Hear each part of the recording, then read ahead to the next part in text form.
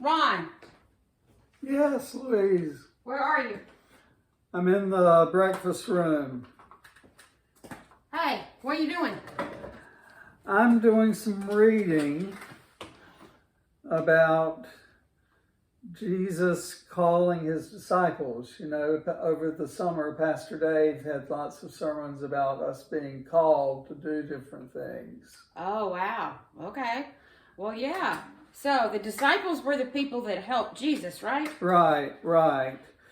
And I think there were 12 maybe official ones. Yeah, and some others that followed along. Yeah, because there were women in there too, right? Right.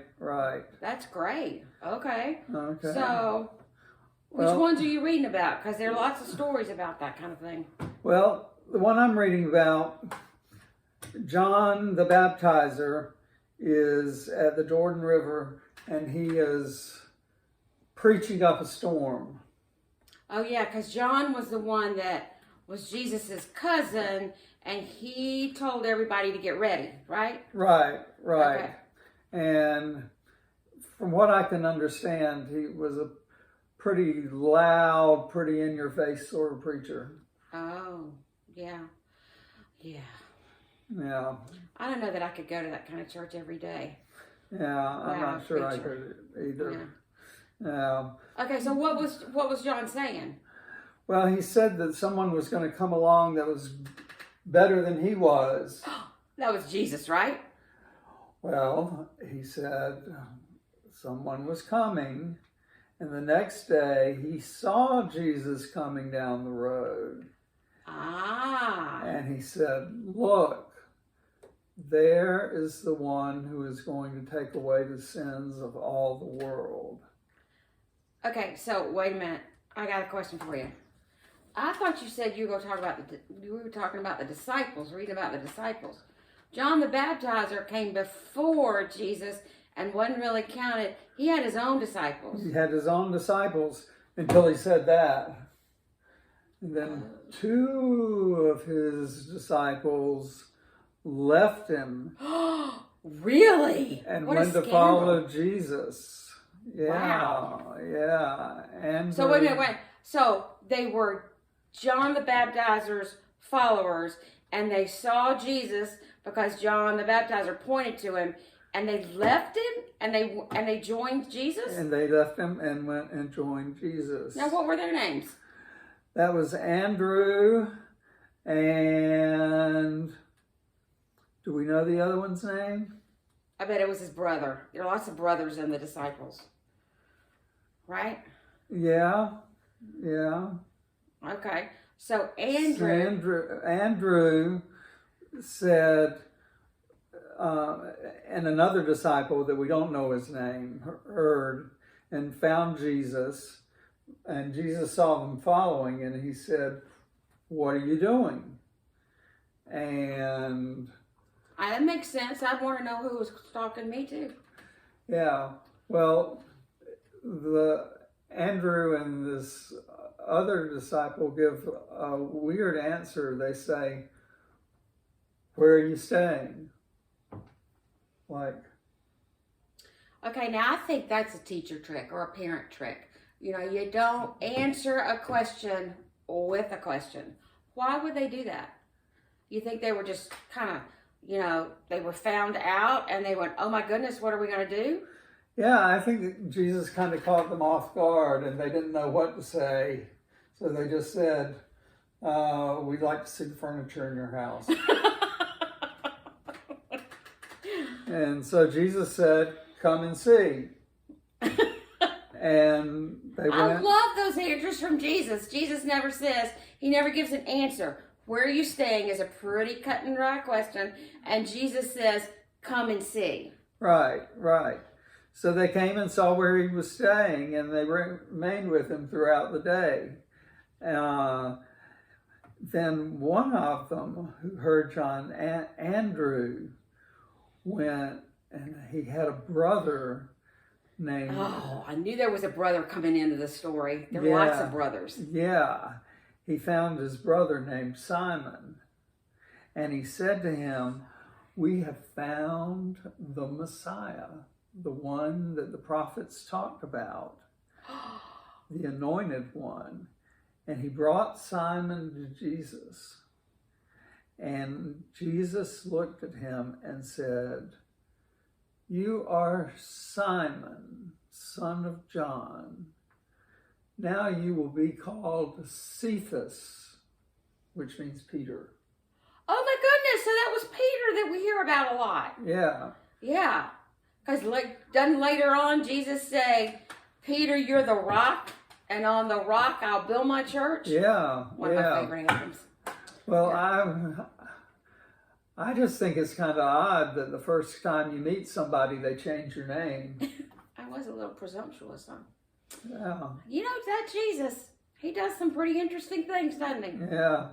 Well, the next day, Jesus decided to go to Galilee, and he found Philip, and he said to him, "Follow me." And guess what Philip did? He followed him.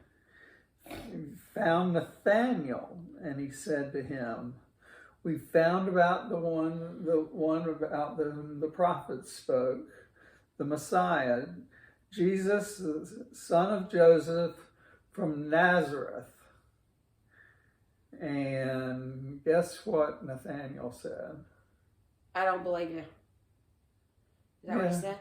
He pretty much said that. He said, "Can anything good come out of Nazareth?"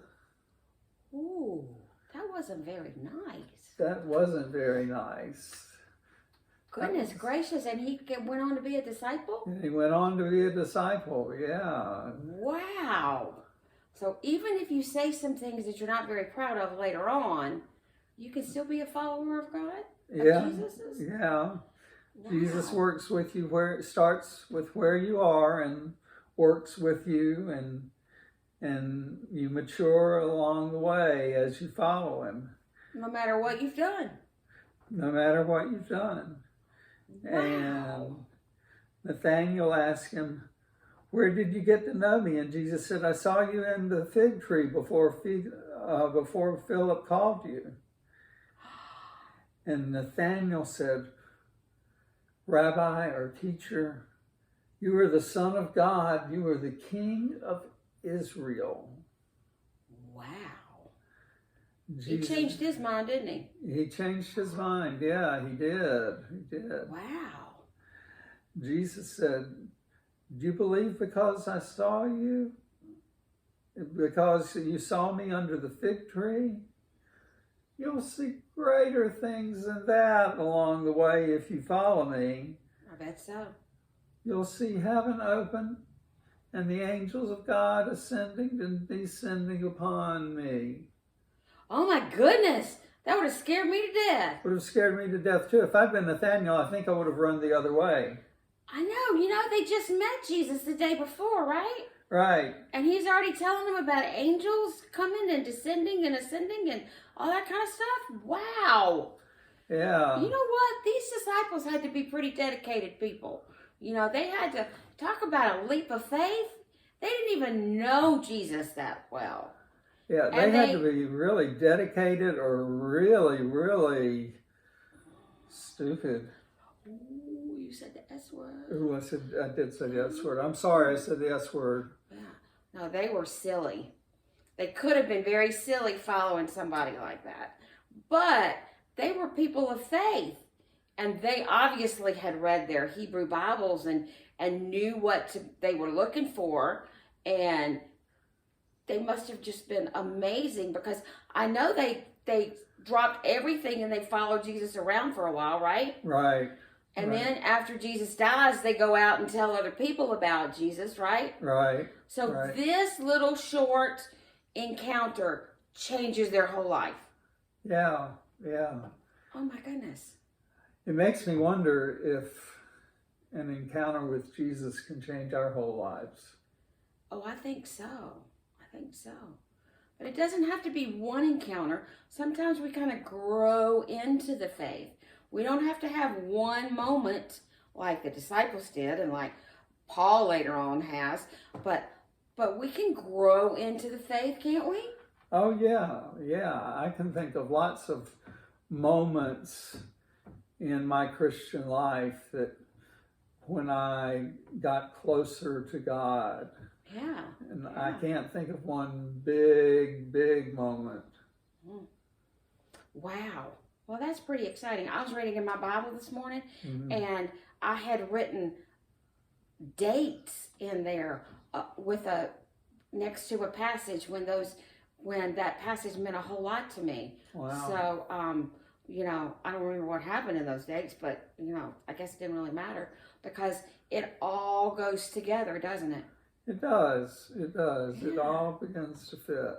Wow. So I think we need to keep staying with some stories of Jesus for a while, and we'll see. I think that's a great idea because there are other disciples too, right? There are other disciples. And we can learn. And remind us, where did you find this story?